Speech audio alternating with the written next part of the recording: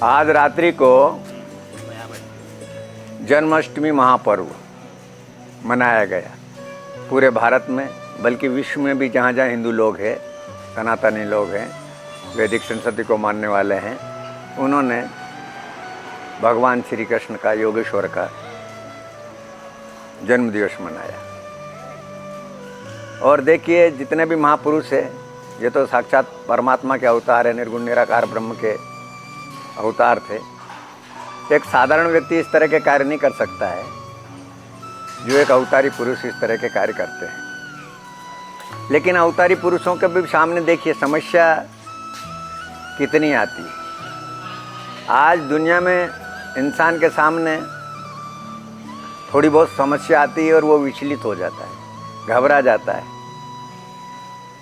आपने देखा होगा, बहुत सारे आत्महत्या कर लेते हैं, मर जाते हैं। कोई फांसी पे लटक जाता है, कोई पानी में डूब के मर जाता है, कोई गोली मार के मर जाता है, कोई ट्रेन के नीचे कूद जाता है, कोई बस के नीचे कूद जाता है।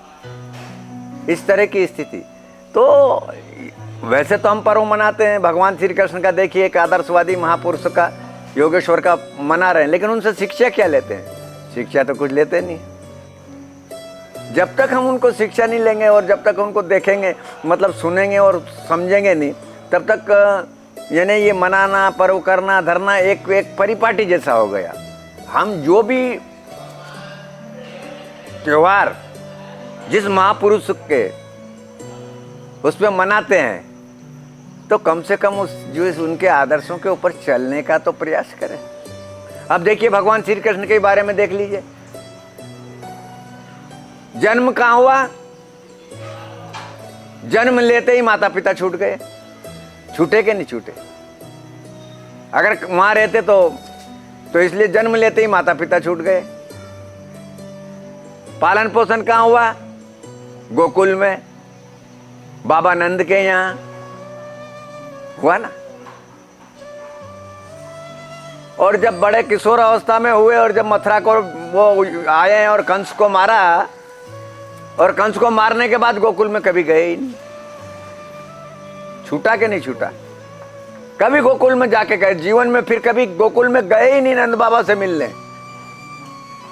देखिए, हम लोग तो कहेंगे कि देखिए जिसने पाला पोसा करा दे रहे उसका भी कुछ नहीं ली, लेकिन एक विचित्र लीला है कि नहीं?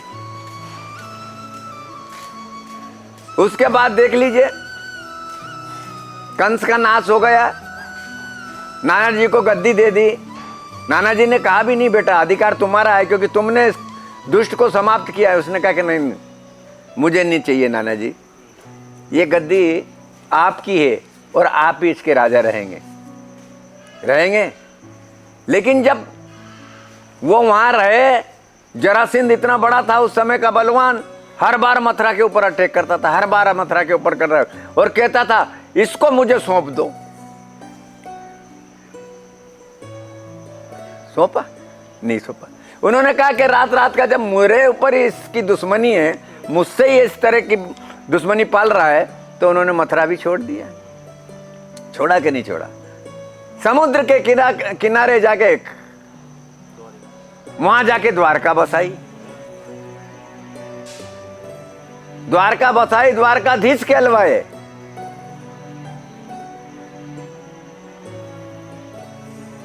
और द्वारकाधीश का पूरे विश्व में इस तरह से मतलब उनको आदर्शों को मानने वाले, और साक्षात बहुत सारे लोग उनके विरोधी की बात छोड़ दिए, लेकिन जो मानने वाले तो साक्षात नारायण परमपिता ब्रह्म का अवतार करके उनको मानते थे, और थे भी, उनकी शक्ति भी थी। उसके बावजूद भी साहब उनको जाते ही पूरी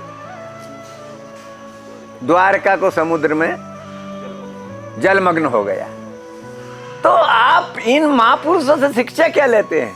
मनाते हैं, ढोल बाजा बजाते हैं, प्रसाद बांट देंगे, नंद घर आनंद भयो जय कन्हैया लाल की, गाने पाने सब गा लेंगे, लेकिन कम से कम शिक्षा तो लेनी चाहिए कि ऐसे अवतारी पुरुष हुए, उनको भी कितना कष्ट और संकट उठाना पड़ा।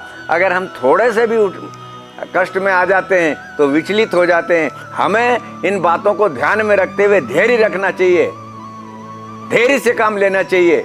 कैसा भी संकट हो, अगर हम धैर्य से और विवेक से अगर इस तरह का कार्य लेंगे तो एक दिन जरूर सफल होंगे, इसमें कोई संदेह नहीं है।